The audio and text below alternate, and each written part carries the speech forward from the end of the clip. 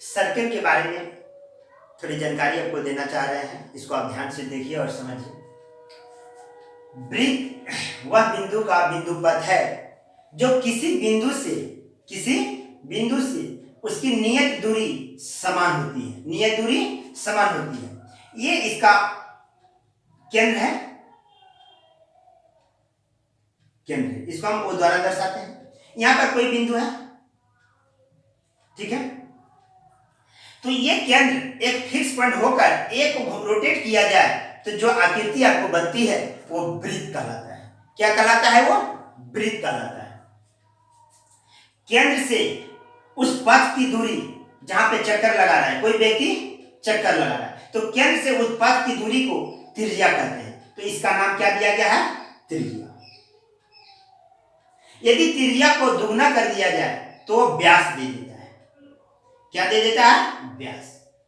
ठीक है, तो ध्यान रखिएगा, यहाँ की लंबाई, जो पूरी लंबाई है, ये पूरी लंबाई है, ये इधर ले लेते हैं, ए बी। तो ध्यान रखिएगा, ए बी वृत्त का व्यास कहलाता है, व्यास कहलाता है,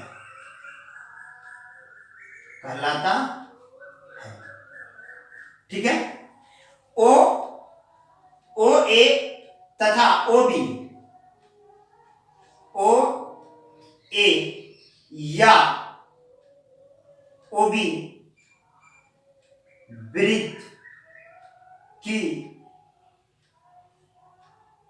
त्रिज्या कहलाती है,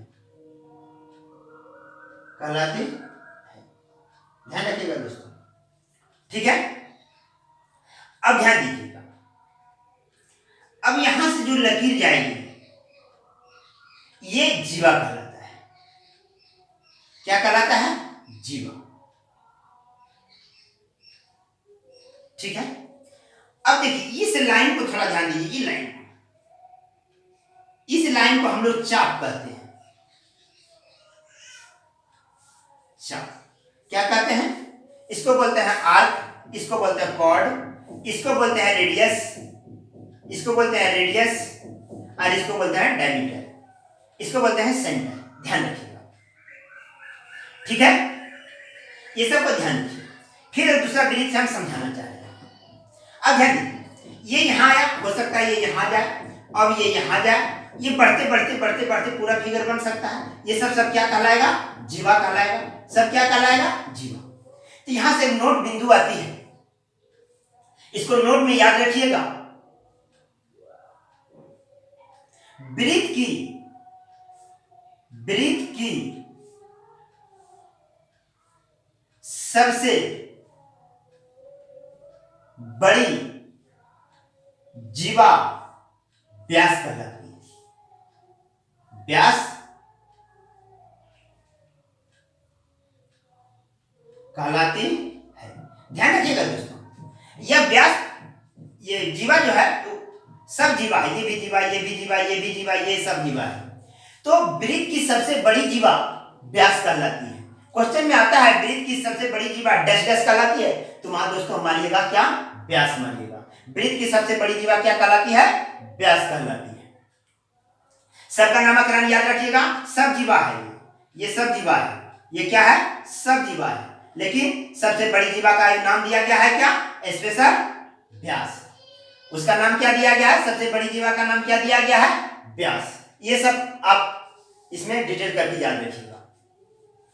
छोटा एक और बना रहे हैं वृत्त, थोड़ा ध्यान दीजिएगा, ये ठीक है। अब यहां से जो भाग कट जाएगा, ये भाग जो हम बता रहे हैं, इसको बोलते हैं लघु वृत्तखंड। इसको क्या बोलते हैं? लघु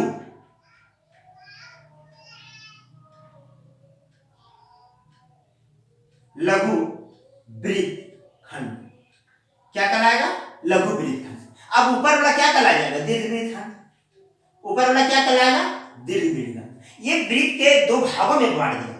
इसको वृत्त को क्या किया? ये लाइन जो है AB जो लाइन है वो कितने भागों में बांट दिया? दो भागों में। तो ऊपर वाला बोलेंगे दीर्घ वृत्तखंड और नीचे बोलेंगे हम लोग लघु वृत्त खंड। सब नोट रखिएगा, पार्ट पार्ट करके नोट कर लीजिएगा सब दोस्तों, ठीक है। नीचे बोलेंगे लघु वृत्त खंड और ऊपर का बोलेंगे दीर्घ वृत्त खंड।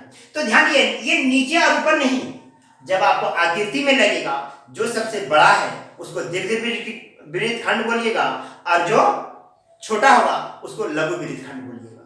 दोस्तों थोड़ा ध्यान रखिएगा, ये सब थोड़ा पॉइंट है, लघु वृत्त खंड, दीर्घ वृत्त खंड। अब आगे फिर बढ़ते हैं, ये सब थोड़ा ध्यान रखिएगा।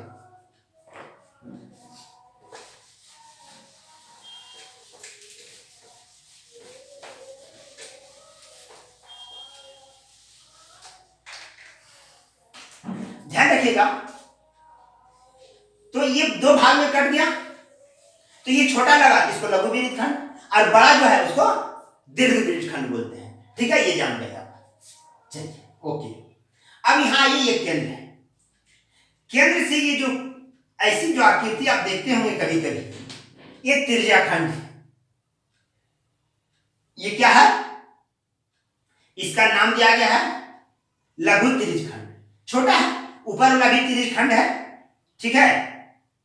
ध्यान रखिएगा, ये लघु त्रिज्य खंड है, लघु त्रिज्या खंड, ये लघु त्रिज्य खंड है। ऊपर वाला हो जाएगा दीर्घ त्रिज्य खंड। जब ये लघु त्रिज्य खंड है, ऊपर वाला क्या कहलाएगा, दीर्घ त्रिज्य खंड है। ये वृत्त में इतना पार्ट आप लोग याद रखिएगा, अभी हम वृत्त का चल रहे हैं, धीरे धीरे उसका क्षेत्रफल परिमिति सब चल रहा है, ठीक है। ये वृत्त का लघु त्रिज्य खंड, ऊपर का दीर्घ त्रिज्य खंड। लेकिन जब वृत्त ऐसा कट जाएगा, ये हो जाएगा लघु वृत्त खंड, वो दीर्घ वृत्त खंड। लेकिन जब वृत्त ऐसा कटेगा तब हो जाएगा लघु त्रिज्य खंड और दीर्घ त्रिज्य खंड। ध्यान रखिएगा दोस्तों, इसे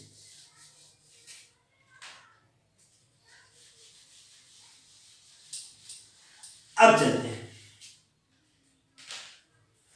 अब आइए, वृत्त का सारा पार्ट आप देख लिए क्या क्या होता है। ये वृत्त है, इसको आर हम लोग बोलेंगे, ये बोलेंगे, ठीक है।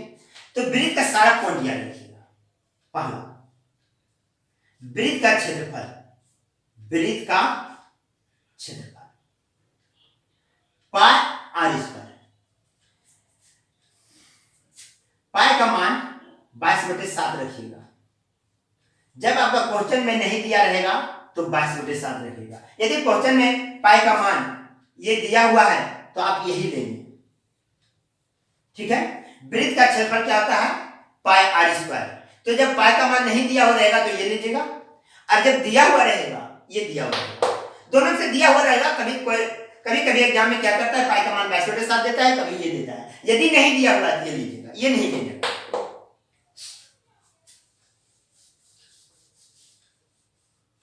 चलिए दूसरा, वृत्त की परिधि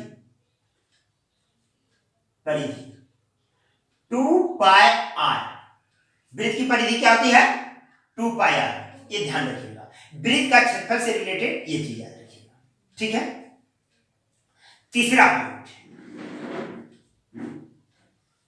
अब मान लीजिए आपका त्रिज्य खंड, तो ये त्रिज्य खंड है। अब त्रिज्य खंड का क्षेत्रफल क्या निकालेंगे, त्रिज्य खंड का, या वो छोटा हो या बड़ा हो, उससे हमको कोई मतलब नहीं है। मान लीजिए त्रिज्य खंड के बीच थीटा कोण बनाया, तो ये साइड का जो कोण बनेगा, ध्यान रखिएगा, ये साइड का जो कोण बनेगा वो 360 माइनस थीटा बनेगा। इसे ध्यान रखिएगा, ठीक है। तो ये वृत्त खंड, वृत्त का क्षेत्रफल, वृत्त की परिधि। अब आते हैं वृत्त खंड, त्रिज्या खंड का क्षेत्रफल क्या निकालेंगे, त्रिज्या खंड का क्षेत्रफल। ध्यान रखिएगा दोस्तों, जब क्षेत्रफल आ जाए, जब क्या आ जाए क्षेत्रफल, तो आप इसे याद कीजिएगा। जब त्रिज्या खंड का क्षेत्रफल आपके पास आ जाए तो आप इसे याद कीजिएगा, पाई आर स्क्वायर, और इसमें थीटा और 360 से भाग दे दीजिएगा। तो यह त्रिज्या खंड का क्षेत्रफल आ गया। किसका खा गया, त्रिज्या खंड का क्षेत्रफल, ठीक है। चौथा, अब आता है चाप की लंबाई। चाप की लंबाई, चाप की लंबाई, चाप की लंबाई। जब चाप की लंबाई आ जाए, देखिए ये रास्ते पर है, इस रास्ते को क्या बोलते हैं? परिधि। तो परिधि को याद कीजिएगा, 2πr थीटा बटे 360 डिग्री। कभी भूलिएगा नहीं दोस्तों, जिस तरह बता रहे हैं उसी तरह याद करिएगा। त्रिज्य खंड का क्षेत्रफल पूछेगा तो वृत्त का क्षेत्रफल याद करके थीटा बटे 360 डिग्री। यदि चाप की लंबाई पूछेगी, ये भी चाप है, ये भी क्या है? चाप है। यदि चाप की लंबाई पूछी जाएगी तो ये चाप किस रास्ते का है? परिधि का। तो परिधि को याद कीजिएगा 2πr और थीटा बटे 360 डिग्री। कभी नहीं भूलिएगा दोस्तों, इसे याद रखिएगा, ठीक है। चलिए अब ये आपका ये पॉइंट क्लियर हुआ। अब आगे वाला पॉइंट फिर चलते हैं, 5वां पॉइंट। अब ध्यान दीजिए, अब हम यहां से लिख लेते हैं त्रिज्या खंड का क्षेत्रफल। एक और त्रिज्या खंड का क्षेत्रफल, ध्यान रखिएगा त्रिज्या खंड का क्षेत्रफल। अब देखिए यहां पे ये चीज आप ध्यान दीजिएगा, ये और ये इस दोनों चीज पर ध्यान दीजिएगा। त्रिज्या खंड का क्षेत्रफल को हम पहले लिख रहा हूं, पाई आर स्क्वायर थीटा बटे 360 डिग्री। कोई दिक्कत है दोस्तों? कोई दिक्कत नहीं। इसको मैं आगे लिख रहा हूं, ध्यान दीजिए। इसको मैं लिख सकता हूं 2πr थीटा बटे 360 डिग्री गुना r/2। ध्यान से देखिए दोस्तों, ये 2 और 2 खत्म हो जाएगी, ये 2 खत्म हो जाएगी। ये r और r square theta theta r हो जाएगा r स्क्वायर, थीटा है थीटा हो जाएगा, पाई मिल जाएगा और ये 2 और 2 कट जाएगा, तो यही चीज बचेगा, ठीक है। अब ध्यान दीजिए, इसको हम क्या लिख सकते हैं? चाप की लंबाई। अब यहां लिख देंगे चाप गुना त्रिज्या बाय 2। याद रखिएगा दोस्तों, इसे चाप गुना त्रिज्या बाय 2। ये भी आपका त्रिज्यखंड का क्षेत्रफल होता है। ये भी होता है आपका त्रिज्यखंड का क्षेत्रफल। यदि चाप की लंबाई आपको मालूम हो जाए, यदि चाप की लंबाई मालूम हो जाए त्रिज्या, तो आप त्रिज्यखंड का क्षेत्रफल आसानी से यहां से भी निकाल सकते हैं दोस्तों। इसे थोड़ा ध्यान से याद रखिएगा, कल से गलती मत कीजिएगा। आप लोग आपसे रिक्वेस्ट है, ये जो लाए हैं एक्सप्लेन करके, इसको ध्यान दीजिएगा। चाप गुना त्रिज्या बाय 2, ये भी त्रिज्यखंड का क्षेत्रफल है और ये भी त्रिज्यखंड का क्षेत्रफल है। कभी कभी चाप और त्रिज्या दे देता है, कभी कभी चाप और त्रिज्या दे देता है, वहां से आपको आसानी से निकल जाएगा। थोड़ा और देखिए इसके वृत्त के बारे में।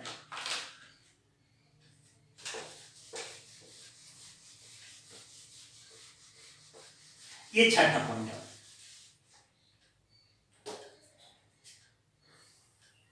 ये यदि L है, इसको L से निरूपित करते हैं, इसको R स्क्वायर। तो याद रखिएगा यहां से फॉर्मूला आता है थीटा बराबर L/R, ये संबंध है।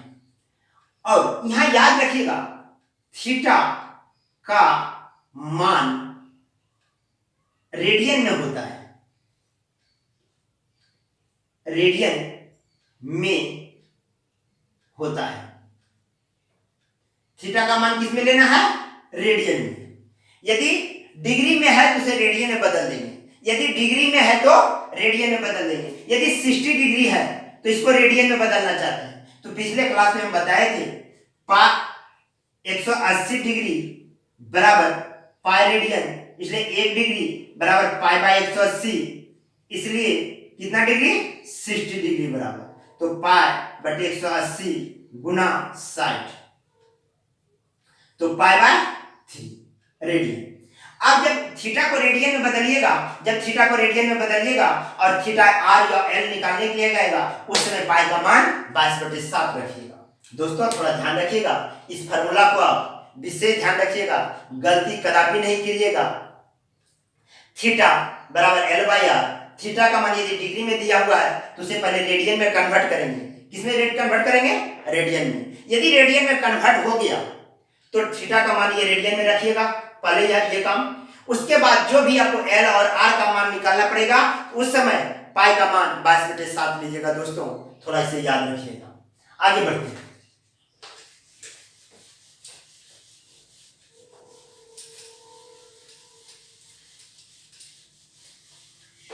चलिए अब आते हैं अर्धवृत्त, वृत्त का आधा। अर्धवृत्त किसे कहते हैं? जो वृत्त जो उसका व्यास जो दो बराबर भागों में बांट दे। एक भाग को अर्धवृत्त कहा जाता है। इस भाग को क्या कहा जाता है? अर्धवृत्त। ध्यान रखिएगा, ये केंद्र होगा। अब इसमें सबसे इंपॉर्टेंट क्वेश्चन आता है इसका परिमिति से, परिमाप से। अर्धवृत्त की परिमिति, अर्धवृत्त की परिमिति सबसे ज्यादा ध्यान रखिएगा। इसमें यही एक पॉइंट है। इसमें अर्धवृत्त का क्या है? अर्धवृत्त, अर्धवृत्त की परिमिति। अर्धवृत्त का परिमिति ध्यान रखिएगा दोस्तों, यदि पूरा होगा तो 2 पाई आर, 2 पाई होगा, लेकिन यह पूरा तो है नहीं। यहां से लेकर यहां तक जाएंगे तो हमको पाई आर मिलेगा। क्या मिलेगा? पाई आर। अब परिमिति बोलती है, परिमिति कहती है कि सभी भुजाओं का योग, परिमिति बोलती है सभी भुजाओं का योग। तो सभी भुजाओं का योग, तो आप तो यहां से यहां तक लिए पाई आर आया। अब इसको हम लोग क्या लिखते हैं? 2r या d लिखते हैं। d को हम लोग डायमीटर बोलेंगे और इसको भी 2r को भी डायमीटर बोलेंगे। तो अर्धवृत्त की परिमिति pi r plus 2r, pi r plus 2r, ये अर्धवृत्त की परिमिति है दोस्तों। अर्धवृत्त में जब क्वेश्चन आएगा यहां से क्वेश्चन उठाता है और लड़का गलती कर बैठता है कि अर्धवृत्त की परिमिति पाई आर होता है। यहां पर जो लड़का गलती करता है कि पाई आर गलत हो जाएगा। अर्धवृत्त की परिमिति पाई आर प्लस 2r होता है दोस्तों। इसे आप ध्यान से याद रखिएगा, गलती कभी नहीं कीजिएगा। अर्धवृत्त से क्वेश्चन यहां से अक्सर पूछा जाता है और पूछता रहेगा। और आप लोग का जो भी क्वेश्चन प्रॉब्लम होगा वो मैं डिस्कस कर दूंगा, आप लोग का कोई परेशानी नहीं होगी। वृत्त में यदि आप इतना याद रखते हैं तो अति उत्तम है। वृत्त से आपका कोई क्वेश्चन आपका नहीं छूटेगा, इसलिए ध्यान रखिएगा। वृत्त में जितने भी बिंदु बताए हैं उसे याद रखिएगा, कभी क्वेश्चन छूटने का कोई जरूरत नहीं। कभी कभी ऐसा भी आता है, ध्यान रखिएगा, ऐसा भी फिगर आ जाता है आपके पास। खैर उस क्वेश्चन में तो आएगा, लेकिन थोड़ा समझ लीजिए। ओ ए बी, ये तो त्रिज्या खंड है और यहां से ये कर देता है। यहां क्या करता है? बोलता है इस लघु वृत्त खंड का क्षेत्रफल निकालिए। क्या निकालिए? तो एगो निकलता था साइन में, 10 में हम लोग पढ़ते थे साइन में, उसमें हाफ साइन थीटा लगता था, तो वो सब यहाँ करना नहीं है। यहाँ पर क्या है? त्रिज्य खंड का क्षेत्रफल निकालेंगे। जैसे ही त्रिज्य खंड का क्षेत्रफल हम लोग निकालेंगे तो ये पूरा एरिया का क्षेत्रफल आ जाएगा, और त्रिभुज का क्षेत्रफल निकालकर हम घटा देंगे तो इसका क्षेत्रफल दे देगा। ध्यान रखिएगा, जब हम त्रिज्य खंड का क्षेत्रफल निकालेंगे, निकालकर इस त्रिभुज का क्षेत्रफल निकालकर त्रिज्य खंड के साथ यदि हम माइनस कर दें तो क्या दे देगा? ये लघु खंड का क्षेत्रफल देगा, वृत्त के लघु खंड का क्षेत्रफल देगा। दोस्तों ये सब क्वेश्चन जब आएगा तो मैं डिस्कस करूंगा। कितना आपको फार्मूला रटाने का मैं प्रयास नहीं करूंगा। हमेशा आप इंद्रदेव सर आपके बीच जब भी आते हैं तो ज्यादा आपको समझाने का प्रयास करते हैं। रटवाने का काम मैथ में नहीं होता है, अब मैथ को रटा नहीं जाता है। वही लोग टीचर रटवाते हैं मैथ को जो मात्र ट्रिक याद है, उसे ट्रिक लेकर आएगा, आपके मन में तो गुदगुदी छाया रहेगा, वाह ये तो सर गजब ट्रिक बता दिया। लेकिन ट्रिक बस आपके रूम तक, एग्जाम हॉल तक आपका ट्रिक काम नहीं करेगा। दोस्तों ध्यान रखिएगा, बार बार एग्जाम हॉल तक आपके ट्रिक काम नहीं करेगा। क्योंकि मैं एक अनुभव आदमी हूं, इसलिए मैं आप लोग का सजेशन देता हूं। समझने का कोशिश सबसे ज्यादा, ट्रिक कम से कम याद रखिए। ट्रिक याद रखिए कम से कम, जितना आपका ताकत हो समझने का समझिए, और समझकर क्वेश्चन को ढाई हल कीजिए। और सबसे बड़ी चीज कि कैलकुलेशन पर विशेष ध्यान देंगे। दोस्तों यदि किसी का कैलकुलेशन खराब है तो मैथ आपको समझ में नहीं आएगा। तो सबसे पहला पार्ट है कि कैलकुलेशन को मजबूत करना। मैं जिस तरह समझा रहा हूं, यदि आपका कैलकुलेशन मजबूत होगा तो कोई भी तरह की दिक्कत नहीं होगा। एक दिन में मैं आपके बीच मोटिवेशन का क्लास लेकर आऊंगा इंद्रदेव सिंह की लाइफ के बारे में, इसलिए आप लोग ध्यान रखिएगा। और मेरा चैनल को सब्सक्राइब और लाइक करना तो भूलिएगा ही नहीं आप लोग, क्योंकि आप लोग ही मेरा हौसला को बुलंद कर रहे हैं। और मैं आपसे यही चाहूंगा कि मेरा चैनल को सब्सक्राइब और लाइक जरूर करवाएं और करें। Thank you so much.